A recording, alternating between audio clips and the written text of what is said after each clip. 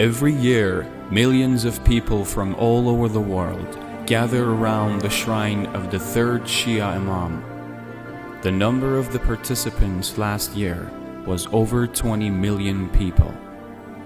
20 million people walking over 100 kilometers in the unbearable coldness of the desert.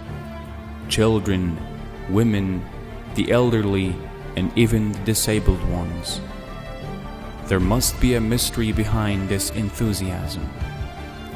Who is the one whose shrine is so loved after 1,400 years? What motivates people to do so? The situation in the Islamic world was such that the wrong, in an Islamic disguise, was ruling over the country and the people. There has always been right and wrong, but you see wars when the wrong wants the right to conform. Now this has happened and the right needs to make a decision. Hussein ibn Ali had only two options. The first was to turn a blind eye to the historical deviation like others and to ignore the wrong and conform to the distorted Islam. Second was to reject the wrong at any cost and expose this deviation for the rest of the time. Hussein ibn Ali went for the second option.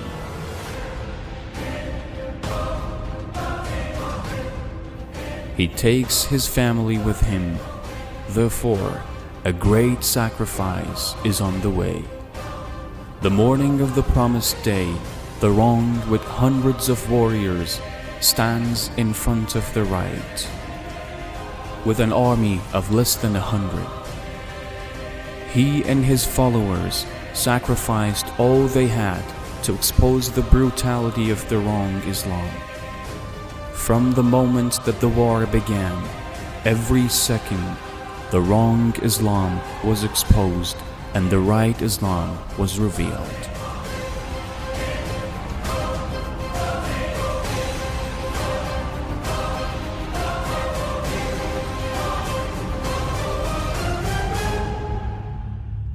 They blocked the water on Hussein and his children. When he asked for water for his 6-month-old infant, they responded with a sharp arrow. He asked them for a prayer's break. They attacked his warriors while praying. The water bearer of his army was thirsty until the last moment. He sent his own son before others for fighting. His companions and fighters were killed one by one until Hussein was left alone. His oppressed voice has echoed throughout history when he called, "Is there anyone to help me? Is there anyone to help me?" And now it was the time to sacrifice himself for the sake of freedom from oppression. After him, calamities did not stop. They burned the tents and imprisoned the survivors. This was just a portion of what Imam Hussein, had to bear to reveal the truth and astonished the world.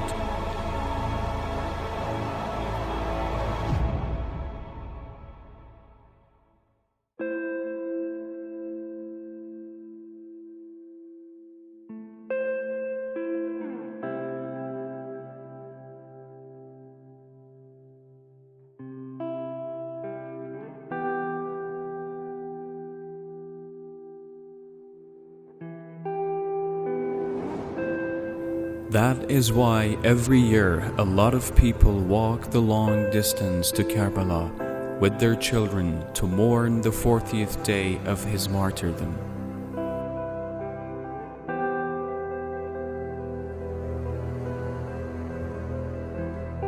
And that was what Hussein went through in order to revive the truth.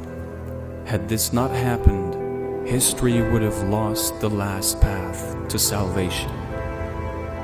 One may wonder why non-Muslims joined the 20 million man march for paying tribute to the reviver of the true Islam.